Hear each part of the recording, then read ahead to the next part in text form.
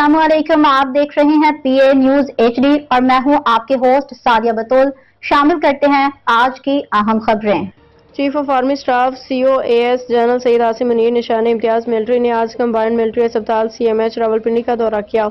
पाक फौज के शोबे ताल्लुकात आमा ISPR के मुताबिक आर्मी चीफ का ये दौरा ऑपरेशन बुनियानुल मरसूस मार्का हक के दौरान जख्मी होने वाले पाक फौज के बहादुर जवानों मासूम शहरियों की खैरियत दरियाफ्त करने के लिए किया गया। ISPR के मुताबिक आर्मी चीफ ने जख्मी एहलकारों से इनफरादी तौर पर मुलाकात की, उनकी गैर मामूली जुर्रत, इस्तेकामत और फर्शनासी को सराहा, उनकी जल्द सेहतयाबी के लिए नेक तमन्नाओं का इजहार किया।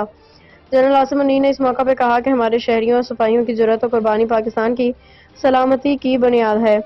पूरी कौम अपनी मुसल्लह अफवाज के हर फर्द के साथ मुकम्मल यकजहती के साथ खड़ी है। उन्होंने इस बात पर जोर दिया कि कोई भी दुश्मन चाहे अंदरूनी हो या बैरूनी पाकिस्तान की मुसल्लह अफवाज के अज़्म इस्तक़लाल को मुतज़लज़ल नहीं कर सकता।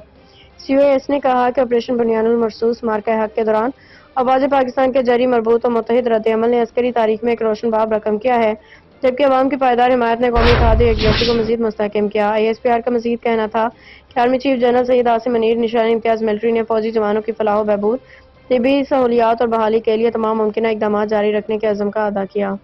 न्यूज स्टूडियो से अब तक के लिए इतना ही। मजीद खबरों और अपडेट्स के लिए देखते रहिए पीए न्यूज एचडी।